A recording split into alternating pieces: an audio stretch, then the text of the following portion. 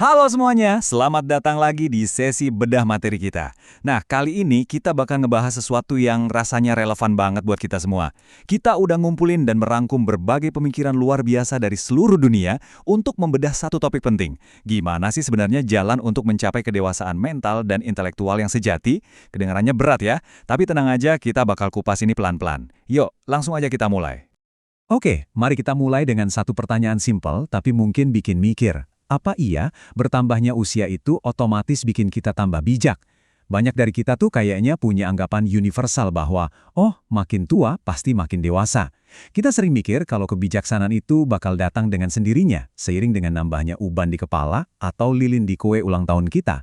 Tapi, coba deh kita jujur sama diri sendiri. Apa emang selalu kayak gitu kenyataannya? Nah, ini membawa kita ke poin pertama. Usia itu jelas bukan jaminan kedewasaan. Mari kita bongkar mitos soal bertambah tua. Sering banget kan kita dengar orang berasumsi kalau makin tua, pasti makin pintar dan makin matang cara mikirnya. Padahal, faktanya seringkali jauh dari itu. Coba kita bandingin dua hal ini ya. Pertama, ada yang namanya penuaan fisik. Ini tuh sifatnya benar-benar pasif dan sama sekali nggak bisa dihindari. Kamu nggak perlu ngapa-ngapain, besok juga otomatis kamu bakal nambah tua sehari. Di sisi lain, kita punya pendewasaan mental. Nah, ini beda cerita. Ini tuh sesuatu yang harus benar-benar diusahakan. Butuh usaha aktif tiap harinya, teman-teman. Kedewasaan mental itu nggak dibagi-bagiin secara gratis cuma karena waktu berlalu.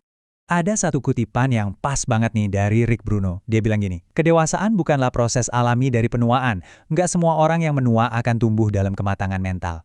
Wah, ngena banget kan? Terus pemikiran ini diperkuat lagi sama Juanita Agbuola.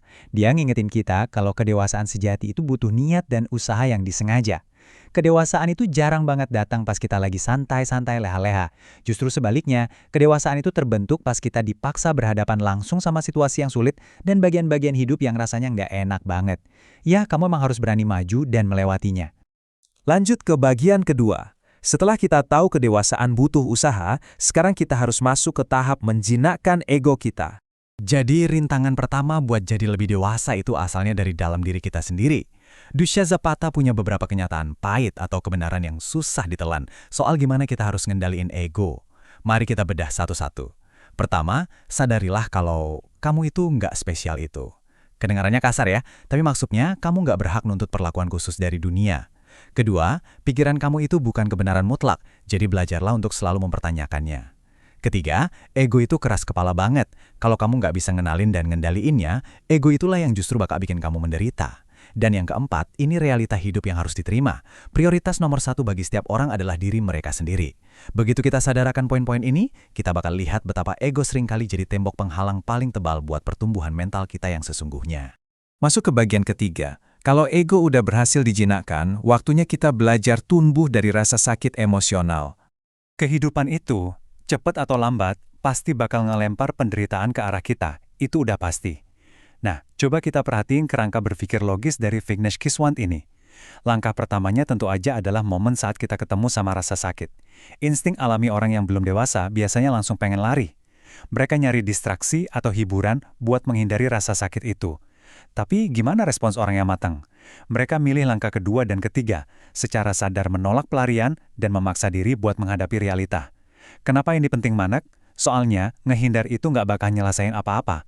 Kalau penderitaan emosional itu nggak dihadapi, ujung-ujungnya cuma bakal numpuk jadi rasa benci, saling nyalahin, dan kepahitan. Dengan berani menghadapinya, kamu otomatis melangkah ke tahap keempat. Kamu bakal tumbuh jadi pribadi yang jauh lebih kuat. Oke, bagian keempat sekarang. Setelah urusan emosi, kita juga harus memberi makan pikiran kita. Beralih dari ngelola emosi internal, kita juga butuh membangun kebiasaan yang ngasih asupan buat pikiran kognitif kita kan. Depan Surawal ngasih saran yang super simple tapi efeknya luar biasa. Baca. Baca dan baca. Coba deh baca berbagai macam genre, mulai dari novel romantis, biografi tokoh, sampai buku pengembangan diri. Tapi, tunggu dulu. Ada peringatan krusial nih dari Alicia Talks. Dia bilang, membaca tanpa pemahaman aktif itu pada dasarnya sia-sia aja. Kalau kamu cuma baca kata-katanya doang, tanpa nyoba memahami maknanya, otak kamu nggak bakal pernah nyimpan informasi itu ke dalam memori. Jadi, jangan cuma jadi pembaca yang pasif, jadilah pembaca yang aktif dan selalu bertanya. Nah, nyambung sama peringatan tadi, kita bisa lihat perbedaan mencolok antara insting kekanak-kanakan dan respons yang udah matang di berbagai situasi. Misalnya nih, pas memproses fakta. Insting orang yang belum matang itu biasanya langsung nolan mentah-mentah informasi secara pasif. Tapi respons yang matang, seperti yang disarankan dengan cerdas sama Chuck Karish, adalah selalu kritis dan nanya, tunggu, dari mana mereka bisa tahu hal itu? Terus, gimana pas ketemu orang asing? Insting kekanak-kanakan mungkin milih diam, sementara pikiran yang matang malah bakal ngajak ngobrol dan ngebangun percakapan yang mendalam secara intelektual.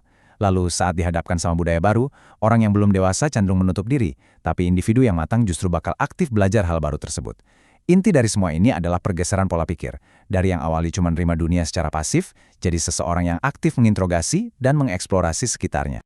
Bagian kelima, yang juga bagian terakhir dari kerangka kita, tindakan versus keluhan. Gimana sih orang dewasa menyikapi konflik? Praktiknya gimana sih orang yang udah matang secara mental dan intelektual kalau lagi berinteraksi atau kena konflik di masyarakat? Anubhav Jain memaparkan beberapa poin praktis yang brilian banget buat diterapin. Pertama, kalau ada yang ngomongin hal buruk tentangmu, nggak usah marah. Ketawain aja rasa nggak aman atau insecurity mereka. Terus, kalau kamu lagi berantem sama orang yang disayang, buang jauh-jauh gengsimu dan jadilah yang pertama nyelesain masalah. Selalu ingat juga, kalau nggak ada manusia yang sempurna, jadi hormatilah kelemahan dan batasan orang lain. Belajarlah buat lebih sabar menunggu. Tinggalin aja sifat nggak sabaran itu buat anak-anak kecil. Dan yang paling ditekankan di sini, lakuin semua kebaikan tanpa ngarepin balasan apa-apa. Tema yang terus berulang di sini adalah kemampuan buat ngelepasin dendam, bertindak dengan kesabaran ekstra, dan nggak mengharapkan pamrih.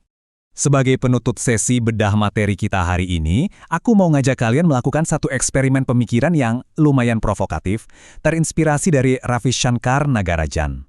Coba deh, ambil waktu sebentar buat merenung.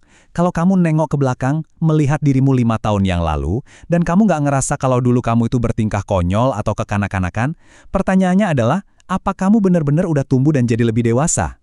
Ingat ya, kedewasaan itu bukan sebuah garis finish, tapi perjalanan panjang yang nggak pernah berhenti. Jadi yuk terus evaluasi diri. Makasih banyak udah gabung sama aku buat ngebedah materi luar biasa ini, dan sampai jumpa di sesi penjelasan kita yang selanjutnya.